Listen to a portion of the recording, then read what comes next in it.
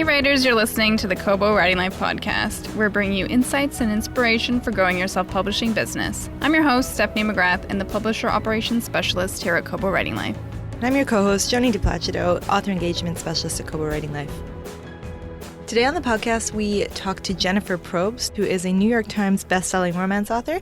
She's a hybrid author, and she has experienced both indie publishing and traditional publishing. So she's written a nonfiction book called Write Naked that goes a bit into publishing and what she's found for success in her publishing career. And she also, as a romance writer, has written her fair share of sex scenes. And we asked her what makes a great sex scene, and she had great tips for writers who are struggling with writing those. So it's a great episode, so please keep listening. Thank you, Jennifer, for joining us on the podcast today. I'm thrilled to be here with you guys. Thanks so much for having me. Can you tell our listeners a bit about yourself and your puppy that we can't see but know is sitting on your lap or something? My famous puppy that seems to integrate herself into every podcast or every interview that I do. Yes. Hi, everybody. I'm Jennifer Probst. I'm New York Times bestselling author, USA Today, and Wall Street Journal. I write contemporary, sexy, and erotic romance. And I've been writing pretty much my entire life, ever since I could hold a pen and read my first book. So it's always been my true north. And I'm thrilled to be able to do it full time now. I have over 40 books published, and I've hit over 1 million copies, and I'm in over a dozen countries. So I am very, very grateful to be here right now at this point in my life, since I've always dreamed of having a full-time writing career. So I just want to know a little bit more about your writing journey. So you're a hybrid author, correct? Yes. So how did your publishing career, did you start traditionally and then move to self-publishing, or how did it come about? I did. What had happened is I really started before the entire indie publishing explosion happened. For very many years, I mean, this will tell you that I'm pretty much old as dirt. I mean, I was writing when there was no internet, and the only thing that I was able to do is save my allowance and get the Writer's Digest market books and go and write longhand by pen all of the publishers and agents' addresses and send snail mail. I mean, so this is really, it's very interesting when you go back at my age and how much the industry has changed. I was thrilled when the computer came around and I was able to use a word processing machine because I wrote a lot faster than the norm. And back then, there were really the gatekeepers. The only way you could publish a book was traditional. And my main goal, of course, was Harlequin, because Harlequin was the main publisher in town for romance. And I always knew, even when I was young, I started when I was 12 and I wrote my first young adult romance. So I always knew that it was going to be romance. So Harlequin was basically the holy grail. And I got very close many, many times. Once they actually had a book that they held there for a year and a half. And then when I finally had the guts to call them on it and basically be like, where is my book? Have you made a decision? They said the editor that wanted to buy it had left, and they assigned it to another editor. And then I got a form rejection letter the next week. So I had to start all over again. So my journey was a lot of writing books, sending them in, waiting a year, getting the form rejection, or getting close. I always seem to circle very close. And I did this for 20, 25 years. It just went on and on. And then in 2012, what had happened is the indie publishing started coming in, and there were publishers that were doing just ebooks because that was the explosion. And I was able to get a book that I had been working on for about 5-6 years and rewritten many times. It went through about 30 different publishers and a combination of agents to represent it. The book was called The Marriage Bargain. And everybody kept saying that they were afraid that a current marriage of convenience wouldn't work, that the readers weren't interested in that. And finally, I got a publisher called Entangled to take a chance on it. And they issued it on February 2012, Valentine's Day. And the thing blew up. It was just number one on Barnes and Noble and Amazon, and hit the New York Times and stayed there for 26 weeks. It was an amazing kind of thing. So at this explosion, everybody was like, oh, you came from nowhere. And meanwhile, I'm like, yeah, I have like 30 books behind me. I've been writing since I was 12 years old. I could paper my office with rejection letters. But at the same time, it felt good. It felt good to work that hard and never give up for something that was my dream, and then finally get a break like that. And then pretty much after that, I was just pumping out books as quickly as possible, now that I had a growing audience.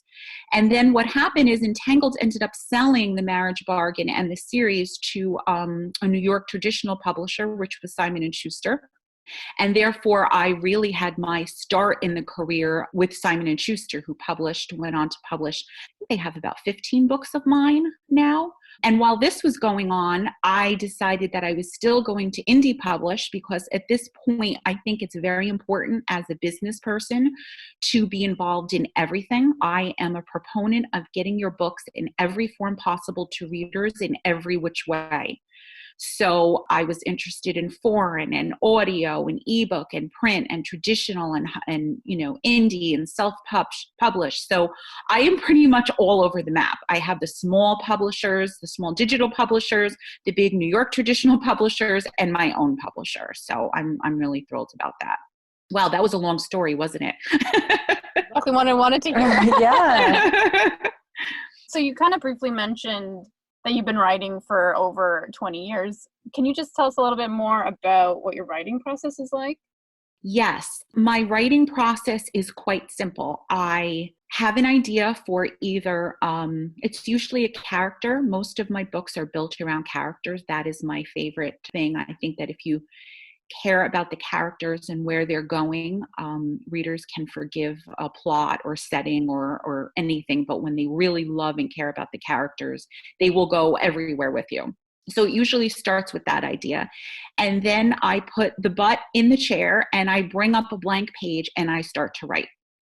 And yes, there's many ways to mystify it. And trust me, I'm a huge craft person and I take workshops and I read everything about writing. But I have learned that the only way to really get better at your craft is to write every day. I try to write every day. I don't care if it's an essay or a poem, a bad poem. I write terrible poems, or a journal entry or an email or a love letter. I just believe that writing is the process of it, helps you grow your voice, which is your brand that readers buy. The distinct trademark that is you is your voice. And you really learn voice by writing many different forms. So I have written the 150-word story. I have written novellas, short stories, essays, 145,000-word books to a 20,000-word short. I just think that it grows as a person, and all of these things are a challenge. So as much as I love coming up with ideas for characters and the physical aspects, and I have the name generator, and I always have like somewhat of an idea of what my plot is going to be, I figure it out when I put the words on the page. It makes it a little more difficult, I think, for me, since I'm not the traditional plotter.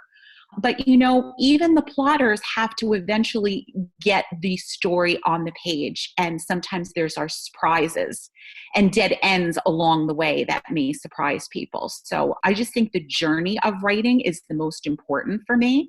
And I think that the most important for every writer out there is not to have excuses like I've got to do more research or I have to do this. That's all important, but it really is putting the words on the page.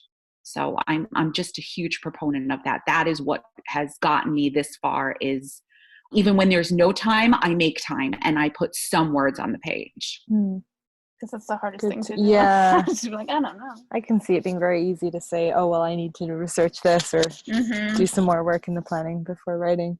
Yes, believe me, I've gone down many rabbit holes. Rabbit holes are wonderful. There's the Facebook one, the Pinterest one, I'm actually in a hole right now where I'm researching a wedding around the theme of Dr. Seuss. And I have been reading Dr. Seuss books and looking on Pinterest and coming up with ideas. And then I had to remind myself today, enough with Dr. Seuss. I need to actually write some words about this wedding that that is distracting me. So it's, it's just something that we all have, and there's nothing wrong with it.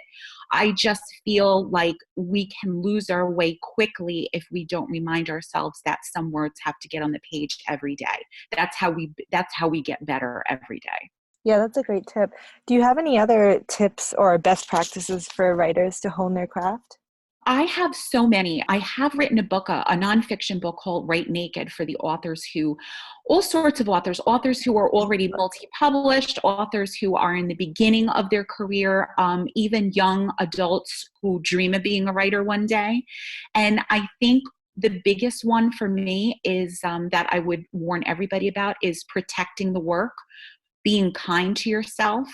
There are so many people, from reviewers or to that lovely neighborly aunt of yours, or even to your beloved mom, who was like, go get a business degree, dear, or, this is something that you can have as a hobby, but it's not a good career for you. Or, oh yeah, we've all heard that. I'm going to write a book one day when I have the time, I'm just going to knock that sucker out. And then we start questioning, well, why do I think I, have to write this book? What makes me special? What makes my story special? And I'm just a huge advocate of that everybody has their unique story and how they see the world. And it's very important to bring those stories into the world. How you see the world is very unique from how somebody else sees the world, and it can make a difference in readers' lives. So when those voices are telling you, everybody is saying your book sucks, or I'm never going to get here, or I've got no time to do this, or I'm living in poverty and this is ridiculous, I've got to go, get a real job. Well, you get a day job and then you write at night, or you write on your lunch hour, or you plot while you commute. There are just ways to always be striding towards writing and having a writing career and learning and being kind to yourself and just never giving up, just really believing in yourself and your stories. I think that's very important. And I think a lot of the young adults now, they lose that love of writing. They take the English classes, which are wonderful, but then the teacher says, oh, well, this sentence isn't right and that's right. And they kind of teach everything to death until the love and the passion is gone for the story itself. And I think it's important for young writers to protect that and to write the fantasy or whatever it is that they're passionate about, and not give up. Go to the fan fiction, go to the graphic novels, write whatever it is that calls it, for you. Yeah, so that's just a couple of things that I would say. And then what do you think has been the best thing that you've done for your publishing/writing business? I think the most important shift that I made is when I started really taking it seriously, like a career rather than a passionate hobby that I've always wanted to do. Once I made that shift in my mind and I committed and I said, whatever I need to do to get there, I am going to write full-time one day, and I'm going to make enough money to get either a part-time day job or quit my day job. It all changed for me because I wasn't looking at it as, oh, maybe I have, 20 minutes when I put the kids down to write. There was no questioning. I was like, if I want this career, this is what I have to do. And I took a minimum of an hour a day. I had no money back then. Before my book hit big, there was no money. So I learned everything on my own, which was fine because this wonderful thing called the internet, there's a million pieces of information. I did my own website. I did my own, learning how to blog, learning about audience, learning about marketing, learning about branding. There are so many things that you can learn, and you need to look at this as a business because you are not only writing, but you are running your own business. It's a different time right now. 20 years ago, we just wrote, and then somebody said yes or no to publish it. And then they did the marketing and we were like, cool, this is great. Let me go write the next book. Now we're doing marketing and branding and PR by ourselves. We're running our own careers. We're running our own businesses. So I think that we need to be smart and we need to know what is going on in the industry. And amidst your writing, I say to definitely what I did is I put away a certain amount of time each week and I would make a list of things that I needed to learn. If I needed to learn Facebook ads, that was going to be my week focus. If I needed to learn Amazon, that was going to be my week focus. And I think once you focus on it and you take away all of those barriers, things start moving in the positive direction. I truly believe that. And I'm curious, a lot of this I assume that you taught yourself. Do you have any good resources that you can share with other authors about how you learned these things? Yeah, the thing is that what I was learning 8 years ago has changed so much. So Yeah. it's not like I can share the same thing. The wonderful thing and the bad thing in this industry is I can tell my story and I revel in everybody else's stories, but I also know that somebody coming up now is going to have a different story from me because the market is changing. I would say right away, RWA is still a huge primary source that I use. They have online workshops all the time. They have conferences. They have support. They have, groups where you can ask questions. There are many great Facebook groups also. There's the self-publishing author group that Marie Force runs online. There's Club Indie, which is a wonderful one. There's the NINC organization, NINC, that is very, very good if you've got a couple of books behind you. There are so many blogs that I subscribe to and publishers, marketplace. The information is endless. You just have to kind of want to go find it. I will say that is the good thing about nowadays. It's easier to make contacts. You can drop a Facebook message to somebody and say, hey, I admire your work. Do you think you can help me with this website? Or do you think that, I can pop into your reader group? There's more connections nowadays. And I think we need to be kind and we need to be respectful and ask nicely, just like back in kindergarten, and doors will open to us. I know when people approach me, new writers, when they tell me they love their, my books and they're respectful and they have a question, I'm thrilled to answer their questions. So there's a lot of doors that you can knock on if you present yourself the right way. Definitely. I'm just curious, how has your marketing strategy changed in the last 8 years? Do you kind of do the same thing, or have you branched out differently as the years have gone on? Depending on my audience, as my audience has grown, I think social media marketing is still a primary one, which is the Facebook ads, which are still profitable if you know the right way to make one. And the problem is that it takes a lot of time and a lot of editing to get the right ad to the right audience that's responding. There's Amazon ads that, again, it's up and down, but there's definitely money on the table there. There's BookBub ads now. There's, of course, BookBubs to put your books on sale. I still think that reaches your audience very well. For me, what has been growing is I have branched out into more brand name marketing. I am trying to get more of my name out there and known, so people will see it in the bookstore, see it online and say, oh, I've seen this here. I've seen this girl here. I've seen this New York Times bestselling author here. So I'm trying to think outside the box in more, as they would say, blue ocean waters rather than swimming in the shark-infested waters where everybody else is swimming. That's the Blue Ocean Strategy book that I refer to a lot. Lauren Lane and Rachel Van Dyken turned me on to that book. It's an excellent business strategy book. It's basically looking for your own blue ocean in your own marketing world to do something different than everybody else is doing. So I've gone a different route now. I've gone more bigger brand name advertising, local. I live in the Hudson Valley and I'm trying to brand my name well because I have a lot of books set in this setting. I have charities that I'm passionate with, so I work with those charities and they help get my book and my name out there.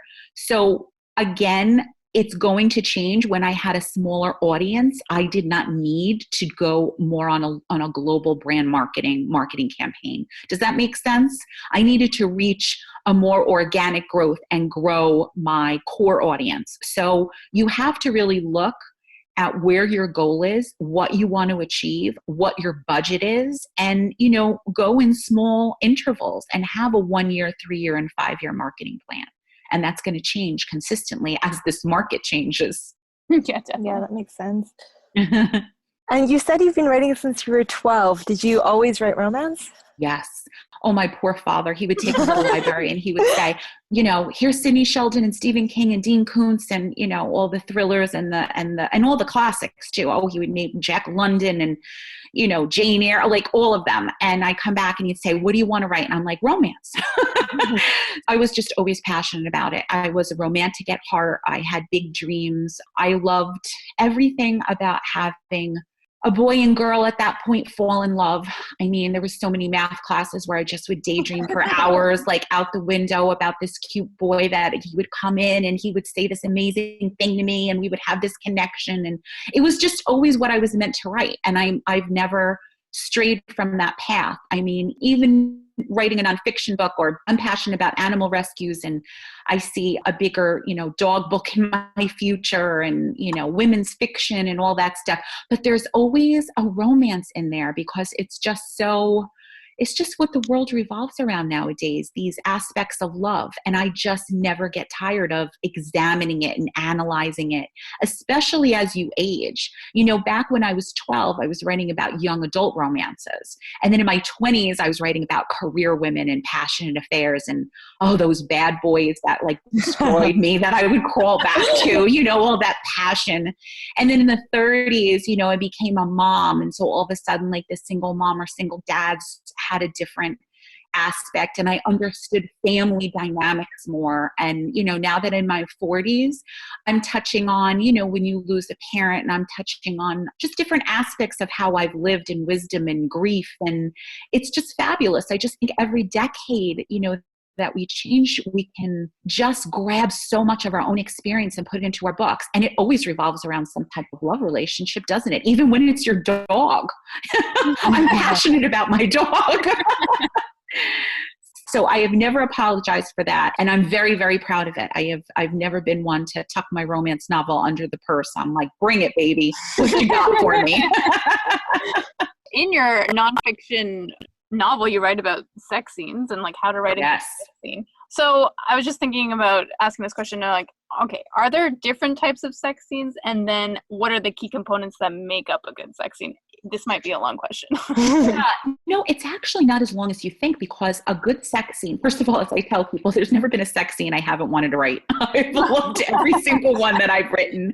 I love it. I love a good open door sex scene. I also love a really good halfway closed, passionate, sweeter scene. First of all, I think it's important for every writer to try to write a sex scene, even if it's for his or her eyes only. I think if you tend towards the more erotic, darker sex scenes, that you should try your hand at a sweeter one, because you're learning skills. And by writing different sex scenes, you're tapping into different emotions. And the key to writing a good sex scene is all about emotion. I think we have all read a sex scene where slot A went into slot B, and it was technically a beautiful sex scene, but you're reading it and you really feel nothing. And you're feeling nothing because there's really no emotion, because the characters are flat and you really don't care if they do it or not.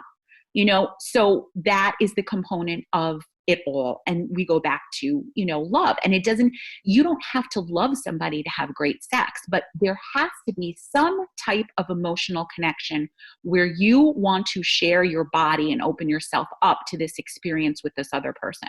And I think the goal as a writer is to figure it out. Even if you're writing an erotic romance and sex happens in the first chapter, there's got to be an exchange of communication and something that brings that hero and heroine together and why they want to have sex. Because if it's just the gratuitous sex scene set in a book, I mean, again, it may be technically great, but the reader's not going to be feeling anything. And then I really doubt that they're going to be picking up your next book. So it all comes down to emotion for me. And if a sex scene for me is not working, I've had books, trust me, where I'm like, they are doing it on page 50. I so want them to do it. And they refuse to do it. And they're not even kissing. And I'm at page 140 and I am crying at my desk going, oh my God, they won't even kiss yet. That is because the characters come alive and they are on their own journey. And, once they finally did have sex, oh man, it was sex to end all sex. But it took much longer than I was pushing it for. So I think listening to your characters is a big thing, and knowing their journey. I just still get a kick out of that when they basically tell me, you're just the writer, you're not telling me what to do. I love that. Do you have any scenes that you've written that stand out in your mind, or like scenes that you've read and you're like, oh, that's a good one? Yes. And it always goes around emotion. It usually is the big breaking down of a barrier. Usually, the hero's a-hole alpha tendencies have crumbled, or the heroine is finally broken down and realizes that, she just has to she has to be open with this person and give her body to this person or whatever. There's a breaking down of a barrier that makes it really sexy. And I love a good banter dialogue. I love some dirty talk because I think it just adds that little edge to it. And again, when you're exploring that kind of thing in the bedroom for your characters, you're not supposed to be shy. This is when you have to push everybody out of your head, like, that elderly aunt and your mother and your father and your uncle who says he's going to read everything that you write. There's no room for them in your book, in those scenes. You've got to be true to yourself and to the characters. So yeah, I have a long list of like authors that I will always go back to for a sex scene. I can go on and on, I can give you 50 people right off the bat who like they can write a sex scene. And guess what? If you do it, it's always around emotion at some kind of breaking moment where then the sex, it's like duplicating the emotions in the relationship. And it's either, it could be tender or, rough or fast, or it's just, I just love that kind of breaking down. Does that make sense to you guys? Yes. I was actually going to ask you kind of addressed it, but early in your career, did you ever feel self-conscious? Like, oh, my dad's going to read this, or like someone I know is going to read this? I did. I used to give my mom all of my work first, and I would say, Mom, there's a sex scene in there. And then as I would write, sometimes she'd be like, oh my God, they're getting more graphic. And I'd be like, I'm sorry. There's nothing I can do, I would say. And then we finally got to a, understanding where I would warn her and she'd skip them. Or I'd say, Mom, these are easy for you. You can handle these. And she'd be like, okay. So, it's weird, like, knowing that she was going to read it, but I don't know, maybe, it was never like she said, I can't do it. And I never felt like I couldn't. And again, I grew up reading romance and there was sex in romance. So I just always owned it. I was just never afraid of it. And from a young age, and I was just kind of like, this is what I'm going to do. And nobody can tell me I can't do it.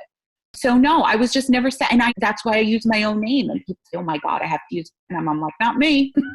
It probably helped though. If your mom was your first like beta reader, then I guess that's you what I'm put thinking. It all up there. Maybe if she freaked out, right? And she said, oh my God, you've got to go to church. You wrote a sex scene. Maybe that would have like boggled my mind and put up more barriers. So yes, maybe I'm lucky that I didn't have that. I was insistent that this is how it had to be. But then again, when I was 12, 13, 14, I wasn't writing the sex scenes. I was more very focused on that first kiss in the dating world, And again, guys, going back, my young adult life was a little tamer than young adult, I think, nowadays. So, we're in a different generation. I think people are much more open to sex in young adult romances when they were before, I'm trying to think of the YAs that I've read. True. I think, that's probably because when I was reading like age-appropriate YAs, it was not a thing, and I've seen it in recent ones. Yeah. So that's changed, which I think is a good thing because I don't think that people are as scared of it anymore. The only person doing it was Judy Blume. Yes, way back. She was the God first. bless Judy Blume and all the girls she helped along the way. I don't know if she'll ever realize. I was thinking, I used to be embarrassed that I read romance books, and then over time I'm like, nope, I'm going to tell everyone I know and force them on. And she does. You know how much I love that? To me, it's almost a sense of empowerment. It is. It really is. It's finally owning, what the heck am I apologizing for? You know what I mean? I'm reading about freaking love relationships that make the world go round, families, siblings, love in all aspects, including sex. Isn't sex part of love? Isn't sex one of the biggest things sex and money? People write about killing and sci-fi and aliens and political drama, and we don't kill them. We don't make fun of them or mock them or say, look at that. It's just very... it's time to just kind of own it and just get into the century, people. It's just, honestly, it's like... I feel like you're the kind of author that has characters that talk to each other in your head. And I'm just wondering, do you have some of your favorite characters? Have they stuck around?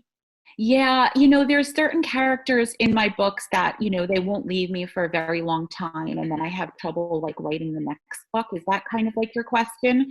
Yeah, certain heroes or heroines for whatever reason will be, you'll be writing a perfectly fabulous book and be really happy with it. But then another one will blow you away on a different level. Usually as a writer, you're culling deeper emotions. I'm searching for beautiful. My character Wolf, that is probably the one that I get the most reader email on, and I introduced him as a young very destructive teen at 19 years old in the marriage merger. And then through the next 3 to 4 books, you saw him as a secondary character growing up. And then I finally gave him his own book. And when it was done, it was probably the most rawly, emotional, difficult book to write, but a beautiful book to write. And I was so wrecked afterwards that it took me a very long time to really get into the next book. I just couldn't get him out of my mind. Like, he was really bigger than life. And I think that that's a gift when, they're all important. But sometimes I think that when you go deep with certain characters, there's just something that lingers. And, as I always say, I don't go to bed alone with my husband. I'm always going in with my hero, and they're always talking to me at night. And I was like, oh, please be quiet. I really just want to get some sleep. Had you planned to include Wolf's story later on, or did that just happen? No, it just happened. I had no idea. He kind of came as a secondary character. He was really a walk-on character. And I just cared about him so much, and his story was so awful, his past, that I didn't know about it yet, actually. I just knew that it was bad once I, dove into it. And I said, I need him to stick around, and I need to wait until he grows up, and I need to give him his own happy ever after ending. And it took him 3 books, to get to that age, and finally it was his time. And I paired him with a younger sibling of one of my other heroines.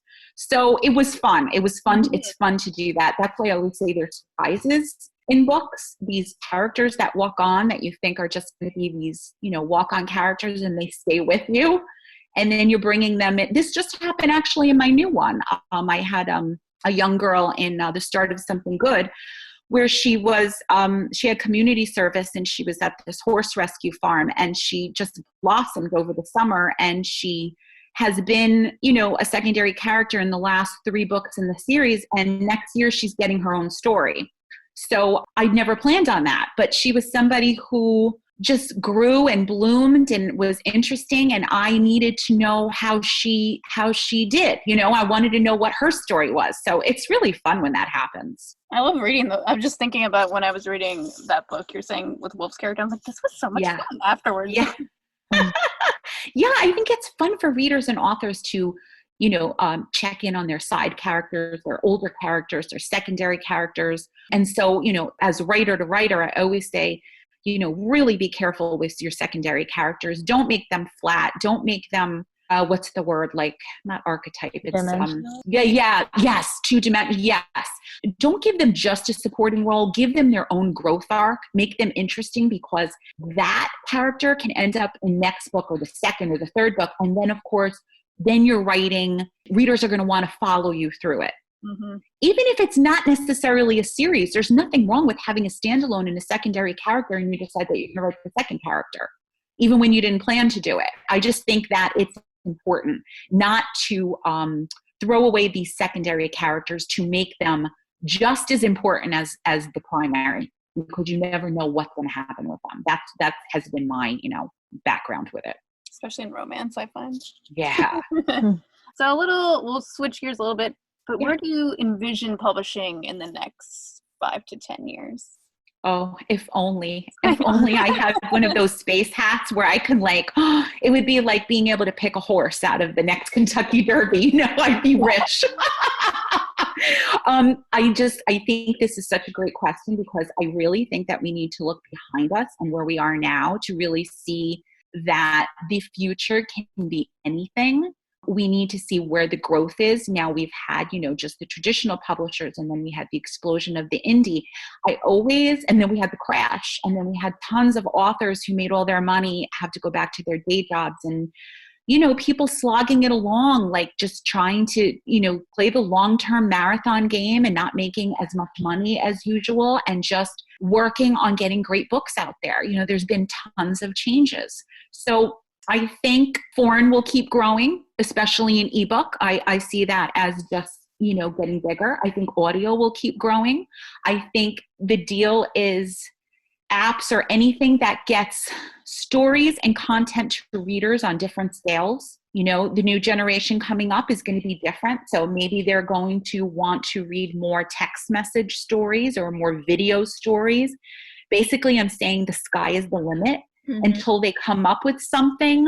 We don't know if it's going to work or not, But I think writers need to constantly challenge themselves and don't get stuck where I have to write a small town contemporary romance that's 100,000 words, because that's what I do and that's what I'm good at and that's what will pay my bills. Because I think you can be left holding the bag, because change is always going to happen. There's going to be the hot new genre on the table. Right now we're loving romantic comedy, right? The rom-coms are hot, just like the erotic romance was hot. There's always going to be another phase. I think it's smart to do a little bit of everything.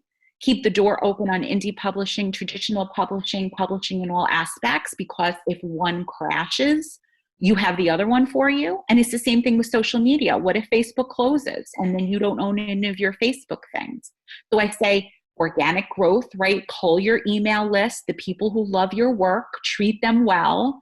But does it mean that you have to be on Twitter and Instagram and Facebook and Snapchat? And I don't think so. I think maybe one or two that you do well at, that your voice resonates with.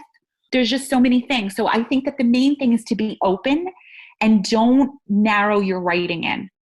That would be the main thing. But I think that we should have a date in 5 years and see where we are. Yeah, we should check back in. I will sit at this table with you, and my dog will be 5 years old, 5.5 by then, and we will say, oh my God, Jen, you're right. It's video, romance now, or oh, this was a wrong gift. Because it's fun to imagine what can happen, I think. Mm-hmm. Okay, fall 24. You don't put me on the list, babe. Okay, I'll lock it in.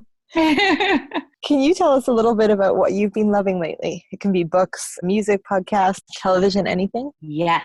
Okay, so we're technically still in October, and I'm going to tell you that I have been loving everything to do with Halloween. I don't know how many people know this about me, but I absolutely adore horror books, horror movies. I am obsessed with them. For my birthday, which was in September, It Chapter 2 came out. And I told my boys, they're 12 and 14, I said, Mommy wants one present from you. I want you to come see It with me. And they were like, okay, Mom. Now, is that the normal, typical mom? No.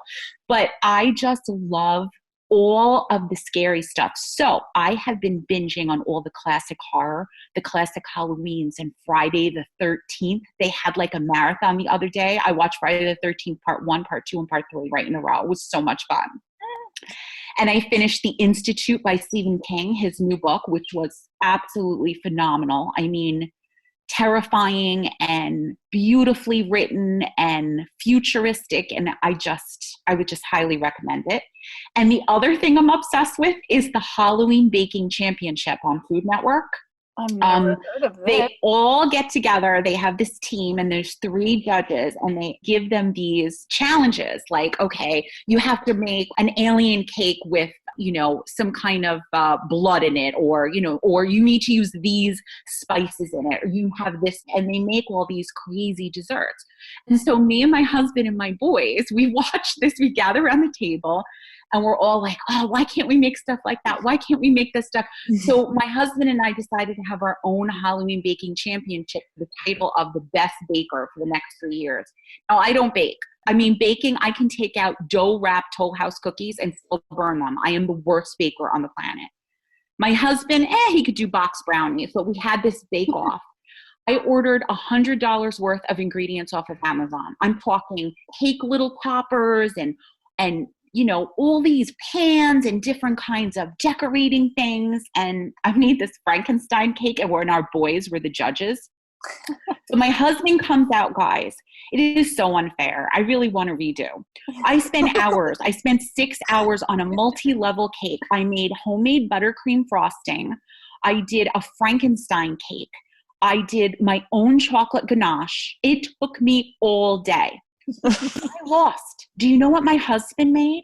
He made bat truffles from Duncan Hines frosting and brownie mix. And he won the challenge because my 2 boys are chocoholics. So I feel like he cheated the judges. But now he's flouncing around my house going, on the baking, Halloween champion. And I'm just kind of like, my boys keep saying, Mom, Dad, Mom's going to divorce you if you don't stop that. You're not supposed to be a bad loser. So You're like, I deserve that one. Yeah. So my family is wacky, and we do stuff like this all the time. We'll get into something and we'll just be like, okay, we're going to do our own this or our own that. And, we just have a lot of fun together. So yes, those are all the 3 things that I'm loving: the Halloween Baking Championship on TV, horror movies, and horror books. You have a favorite classic horror movie? The Exorcist. I go old school. The first time I saw it, there were squirrels in my attic and I thought the devil was coming for me. And I got on my knees and like prayed over and over. And I was like, I don't believe in demons. I don't believe in demons. It was terrifying. I still love it. This is really scary. Yeah, it was I super haven't watched scary. it since I've been an adult, so I'm not sure if I can't remember what I thought of it. I like Rosemary's Baby. Yeah. Rosemary's Baby is almost like number 2 or 3 for me. Yes, that's so another good. one. It's Yeah. so good. The old school classics are so much fun, and I'm having a lot of fun introducing it to my boys. But it's a little different. They're a little harder on them because of the, horror has come such a long way now. So they're used to a lot of fancier things. Yeah. And then our final question is, what can readers expect from you next? Oh my goodness. Readers are going to have like the best year coming up. There are so many things. First of all, in 2 weeks, I think it's November 19th, I'm going to have a new book out. It's called Something Just Like This. And I have what's called the Stay series available on Amazon and everywhere. It's in print. It's everywhere. This is the 4th book in the series. This is about a secondary character from book 1 that came out. I've got my very first women's fiction book coming out called Our Italian Summer.